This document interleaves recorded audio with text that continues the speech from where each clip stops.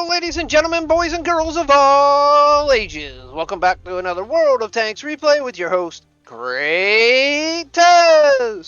Now let's get this battle on the road in 3, 2, 1, roll out.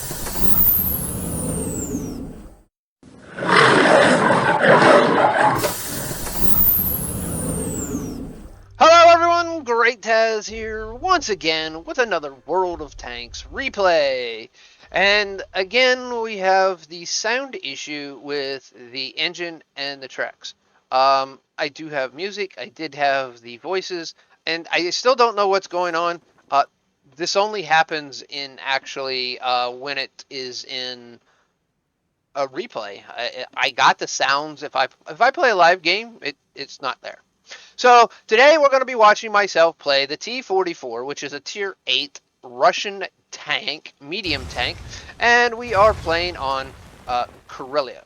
There's some loud crashing of, as you probably heard there, crashing of bouncing around in the tank. It's just the engine. The engine sounds are like the ones that don't like to show up. Now, if I be quiet, it still don't show up. There's nothing there. Okay, I'll be quiet. You can hear the crashing and crunkling of the tanks bouncing against you. Hear a few gunshots there, or a cannon shot, I should say. And so here we are going over to the north side. As you can see, my team, a majority of my heavies are going to the A1 corner, and not the K0 corner, which is kind of strange, but it is what it is. As you can see, our Campanzer 07, our H, is here beating up on the Progetto. I come over here, attempt to try to get a hit in on him. He also tracks me, so I do get the shot in on him. He hits me, he tracks me, which is no big deal. So we do get the ability to push over around the corner, and the Progetto is not holding it against us anymore. I am trying to here push the Progetto. I'm trying to get peak shots because that will just allow me to be able to get more shots on enemies there. As you can see there, we did get a shot into the 4202, and we got a shot into the Soma. So that does, we have completely won this corner. But if you notice on the minimap, we, as I pinged there, G9 and H9, their heavies are literally taking that side of the map. So our heavies did come this way. We have one of them that stopped. I don't know why the Progetto 54 stopped, but our whole zero line or east line is being held literally by a medium and 2 tank destroyers right now.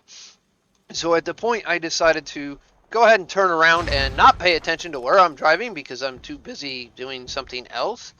Don't text and drive, folks, or text and tank. It doesn't do any good. Poster child for that. So as you can see here, there is, I do start moving around, so I might be able to see, get some shots in. There is a prototype. I'm going to take the shot at it, and I'm going to get that track. So I back up a little bit so I'm not spotted. And it's always good when you take a shot, no matter what, to go ahead and back up. And as you can see there, that was a perfectly aimed shot. That is like one of the few shots I have ever seen go exactly where I was aiming. That don't happen often. I was aiming right there at the crosshairs. Perfect shot. It went straight to where I wanted it to go, and everything. So now here we have the UDES right over here. Again, still no engine sounds. Before we would get engine sounds when things. We got a Scorpion up there. Unfortunately, don't get a shot in on it, and there's a Barask up there also. So I'm not stopping to take any shots because that Barask at that point could have 2-shot me. As you can see there, I did get 791 spotting damage on the Scorpion. I got over 1,000 spotting damage on that Scorpion. There's another Scorpion off there in the distance. There, that shot pretty much got where it almost went right where I wanted it to. As you can see here, I'm trying to line up that shot. He goes fizz, and I just take a quick snapshot. I wasn't even fully aimed. Got that Scorpion and plopped him. He is now dead on the field. The brask is now finally lit. I am only got 165 hit points, so at this point in time, when you're this low, you still don't want to. You don't want to play massively aggressive. You want to play somewhat passively. And as you can see, I move forward a little bit. I stop. I look around. When the Ho-Ri 2 there was spotted, I stopped to check to see if I could get any shots in on the Ho-Ri. I couldn't. I'm still taking pictures shots or aims at it. There is the brass now lit by the UDES 14, and we're going up here to help the UDES. Now, the T-44 has horribad gun depression, so I can't fully help the UDES as much as I would like to be able to. I'm sitting here trying to make sure that nothing comes up behind us. And I stop and I have to do something quick, and so I make sure. There is the 7032. He does look at the UDES. I am spotted. He does a double fire to take out the UDES. So that gives me this time to be able to peek up there real quick and shoot, and then really start getting shot by a Persian. I bounce the Persian shot, but it means I need to get the hell out of Dodge, just because the Persian can kill me. Not sure where the Persian is. I do ping where I think he is, but I can tell you right now, as a little heads up, he's not right where I pinged. I do know he can shoot me. There is the KV Krez. KB4 Krez, take a good shot at it. I am getting some good long range shots in on here and all. So there's that right there. As we go ahead and move on forward, we do finally find the Persian where it was hiding out. I can tell you at this point in time, we don't get any more. I don't believe we get any more damaging shots in on anybody. We do continue to push up. Now the T-44 ain't the fastest tank. It ain't the well armored, and it doesn't have the best accuracy. It is a Russian tank, so it does have some surprisingly stuff that does happen with it. But overall, it leads into the T-54 and the Tier 9, the other Tier 9. It is a good, decent tank, but it does have its own little issues anyways. So let's go ahead over to wattrecords.com to see how I did. Alright, ladies and gentlemen, and here we are on wattrecords.com. As you can first off see that this was a second class badge. That second class badge came from the 944 base experience, which is, again, most tanks are roughly pushing 1,000 plus to get an ace. So I haven't got an ace in this tank overall. Again, spotter, we got over 1,000 spot or assisted damage, which is really good. We have master gunner, which is 5 penetrating shots in a row, and then we again fire for effect, which is pretty much the easiest to do. All you have to do is get more damage than the hit points of your tank. Also got Confederate, which means we damage 6 more targets, and they were killed by an allied tank, excluding the ones that we got kills for. As you can see, we got 2 kills. We got 10 damaging shots, which take that 2 kills away from. That's 8. We got 4 criticals. We got 1 use of armor, 1 ricochet from the Pershing, and then we got some assisted. That would come from 1,150 spotting and 356 tracking damage. So we did do a little light tank work in there in that battle also. As you can see, it was a 4,204 WN8 game. Overall, I got a damage of 1,506 assisted and 2,336 overall. That puts me second in damage. It puts me fourth in experience earned. I am, however, the only person that earned any heroic awards. Heroic awards will be the ones that show up on the right part of your screen, so Confederate is considered one of those rewards. As you can see here, I fired 11 shots. Out of 11, 10 hit, and all 10 penetrated. And if you watch the video again, I didn't use any gold rounds. Don't always need to use gold rounds to get penetrating shots. Splash damage 0, got 2,336.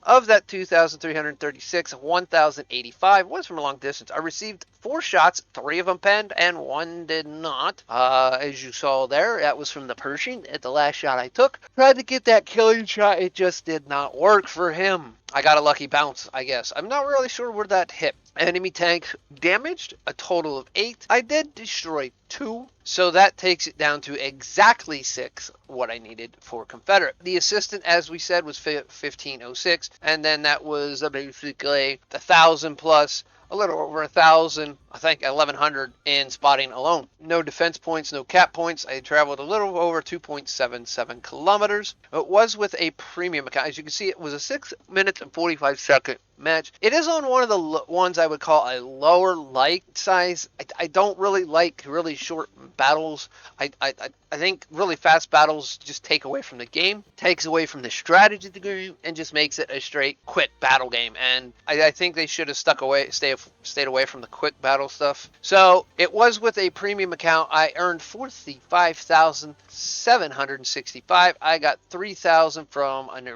completing of a mission or something else. So I got 75,000. I did resupply of 40,000, so I might have probably fired some gold rounds. I said earlier I didn't. Don't go yelling at me if you didn't watch to this point before you commented it.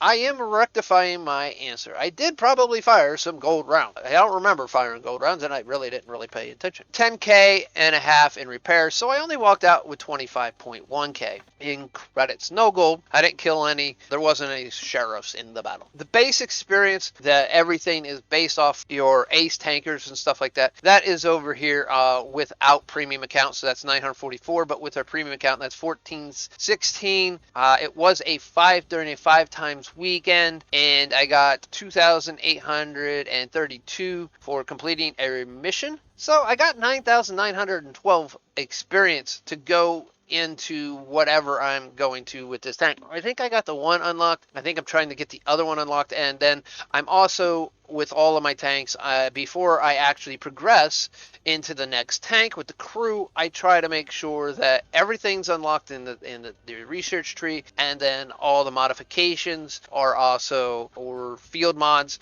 are actually researched also. And that, what that does is playing the tank from the basic to that point, that gives you all that experience, that portion of this experience, this experience that goes into the tank, but you also gain on the side, you gain a hidden amount of crew experience that go to the crew. So your crew's getting experience during this whole point in time. So this is one of the better ways to actually make your crews grow as you are going up the tech tree. Don't just go ahead and rush through everything. Rushing through everything don't really give you a good gist of how the tanks play. And then if you ever go back to play the tank, then you got to figure it all out over again. Now, I mean, I could create a new crew with every new tank, but what that does in the end of story is it creates more of an issue, because then now I have to retrain a whole crew from nothing, especially when it gets to tier 10, and that's where you want your real good amount of crew skills. Yes, I'm going to have to go back in and train crews for the tanks that I took the crew and moved them forward in, but on the opposite side, what that is doing is it gives them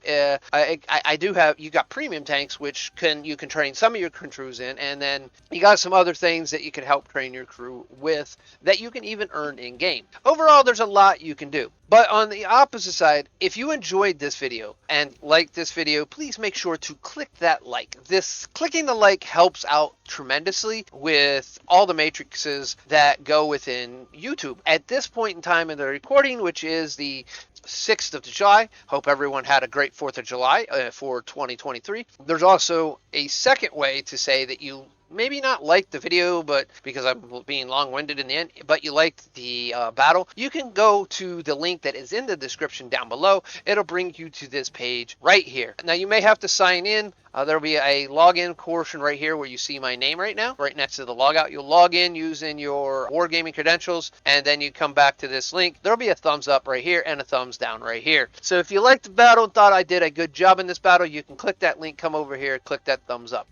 Also, while you're at it, comment on the video. The video helps with YouTube algorithms, whether you like the video or dislike the video. Even if you click dislike on the video, that still does help YouTube algorithm overall. You can comment down below, or if you come again here and you come over here to like, you can comment right down here below on this section here about what you think of the battle. Do not put anything you think about the video here, because This is not about the video on Watt Records. This is about the game itself. So if you're not subscribed and you do want to keep up to date with all the stuff I do on my YouTube channel, make sure you click that subscription. And if you want to get a notification for everything that I put up here, whether it be World of Tanks, Minecraft, game reviews, etc., make sure you click the notification bell, changing it from personalized to all to get notifications for everything that I put up on YouTube. Well, with that all being said, ladies and gentlemen, it's about the end time of this video. It's got a little longer than I probably would have liked because I did my normal thing. I ranted during the overall battle statistics. But with that all being said, I'm going to get out of here.